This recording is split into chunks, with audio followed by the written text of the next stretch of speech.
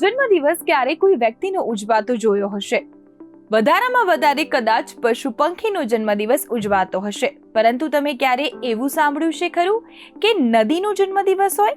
જી હા, જેના દર્શન માત્રથી પાપ મુક્ત થઈ જવાય છે એવા સૂર્યપુત્રી તાપી નદીનો આજે જન્મદિવસ છે.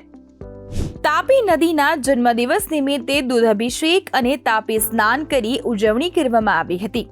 તાપી પુરાણમાં ઉલ્લેખિત 2 કલ્પ બાદ પૃથ્વી પરનો અંધકાર દૂર કરવા માટે બ્રહ્માની સ્મૃતિ પછી સૂર્યનારાયણે પ્રસરાવેલા તેજનો પ્રકોપ પૃથ્વીના જીવોથી સહન ન થતા ભગવાનની આંખોમાંથી આંસુ વહેતા થયા, જે તાપી મૈયા સ્વરૂપે વહેતા થયા હતા. પુણ્ય સલીલા તાપીના તટે પુરાણ કાળથી સ્થિત સુરતની આ સુરત અને વિસ્તાર વિસ્તરતા રહ્યા છે. સુરતની જાહોજલાલી તાપી મૈયાને કારણે હોવાનું કહી શકાય છે. તાપીના પૂજન અર્ચન સાથે જેનું જતન વર્તમાનની આવશ્યકતા બન્યું છે.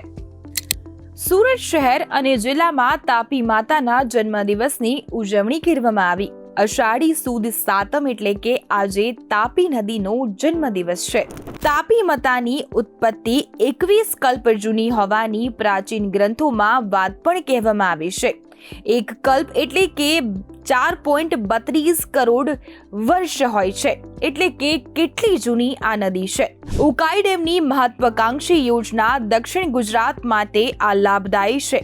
સુરત, ભરૂચ, તાપી, નવસારી, વલસાડ જિલ્લામાં તે સિંચાઈ અને પીવાનું લોકોને પાણી પૂરું પાડે છે.